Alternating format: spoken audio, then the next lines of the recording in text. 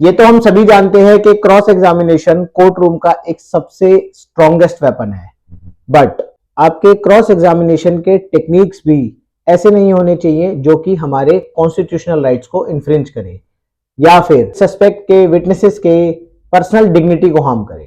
Cross examination को कुछ limitations में बांट करने के लिए सुप्रीम कोर्ट की 5 ऐसी लैंडमार्क जजमेंट्स जिसमें ये बताया गया कि क्रॉस एग्जामिनेशन किस तरीके का होना चाहिए, किस तरीके का नहीं होना चाहिए एंड किन चीजों को पूछने से राइट्स इन्फ्रिंज हो सकते हैं। तो इसमें सबसे पहला केस है state of Punjab versus Gurmeet Singh.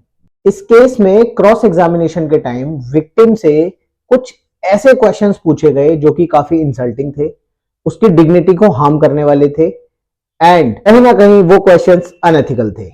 इसके ऊपर लैंडमार्क जजमेंट देते हुए सुप्रीम कोर्ट ने बोला कि क्वेश्चंस कोई भी हो, विटनेस की या फिर विक्टिम की डिग्निटी को हार्म करने वाले नहीं होने चाहिए एंड ऐसे क्वेश्चंस कभी भी अलाउ नहीं किए जाएंगे जज द्वारा।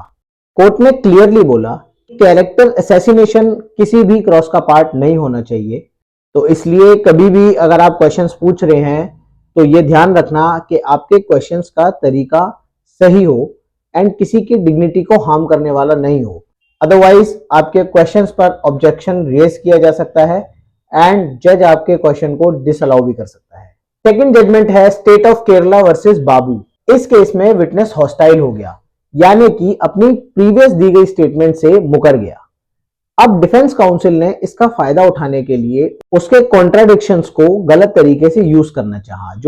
तो इसकी जजमेंट में कोर्ट ने बोला कि क्रॉस एग्जामिनेशन का स्कोप लिमिटेड है, जो कि सिर्फ और सिर्फ रेलेवेंट फैक्ट्स तक ही रिस्ट्रिक्टेड रहेगा एंड हर विटनेस को हैरेस करना भी अलाउ नहीं है।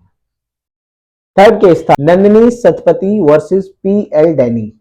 इस मैटर में उड़ीसा की एक्स सीएम नंदिनी सतपथी कुछ क्वेश्चंस के जवाब देने से मना कर रही थी। मना करने के पीछे सीधा सा रीजन था, वो क्वेश्चंस के आंसर अगर आते तो वो सेल्फ इंक्रिमेटरी आंसर होते, यानी कि वो क्वेश्चंस उनके अगेंस्ट जा सकते थे। जब ये मैटर सुप्रीम कोर्ट पहुंचा तो सुप्रीम कोर्ट ने बोला कि अंडर आर्टिकल 20 क्लॉज 3 में किसी भी एक्यूज को फोर्स नहीं किया जा सकता खुद के खिलाफ आंसर्स देने के लिए। अगर कोई ऐसा करता है तो ये एक राइट अगेंस्ट सेल्फ इंक्रिमिनेशन का उल्लंघन होगा। फोर्थ जजमेंट है Kartar Singh versus state of Punjab. इस मैटर में टाटा के एक केस में एक्यूज को प्रॉपरली क्रॉस एग्जामिनेशन की अपॉर्चुनिटी दी ही नहीं गई।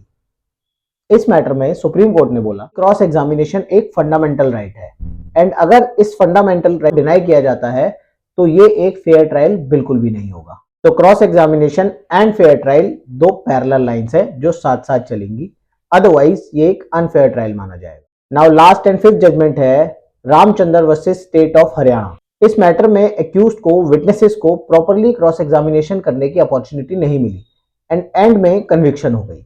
नाउ इस केस में कोर्ट ने बोला राइट टू फेयर ट्रायल यानी कि आर्टिकल 21 कि right to cross examination article 21 का एक इंपॉर्टेंट एस्पेक्ट है, यानी कि राइट टू फेयर ट्रायल का इंपॉर्टेंट हिस्सा है एंड अगर ये डिनाई किया जाता है तो ये एक अनफेयर ट्रायल माना जाएगा। तो इसलिए अगली बार जब भी आप क्रॉस एग्जामिनेशन कर रहे हो तो ये याद रखना क्रॉस एग्जामिनेशन सिर्फ एक प्रोसीजर नहीं है, ये कॉन्स्टिट्यूशनल राइट है और फेयर ट्रायल होना हर एक विक्टिम के लिए, एक्यूज्ड के लिए एंड विटनेसेस का अपना इंपॉर्टेंट एस्पेक्ट है।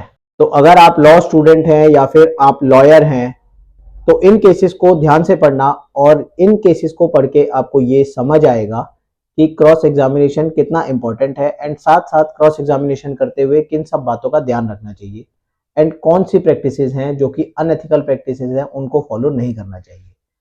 तो क्रॉस एग्जामिनेशन करते वक्त विटनेस की डिग्निटी का पूरा ख्याल रखना चाहिए। किसी भी तरीके का कोई ऐसा क्वेश्चन नहीं पूछना चाहिए जिसको ऑब्जेक्शन हो, जिसके ऊपर ऑब्जेक्शन रेज हो या फिर वो आपका क्वेश्चन डिसअलाउ हो जाए। वीडियो अगर इन्फॉर्मेटिव लगा तो आपको इस वीडियो को शेयर करना है अपने फ्रेंड्स के साथ, अपने लॉयर फ्रेंड्स के साथ एंड चैनल को सब्सक्राइब करना है। Thank you.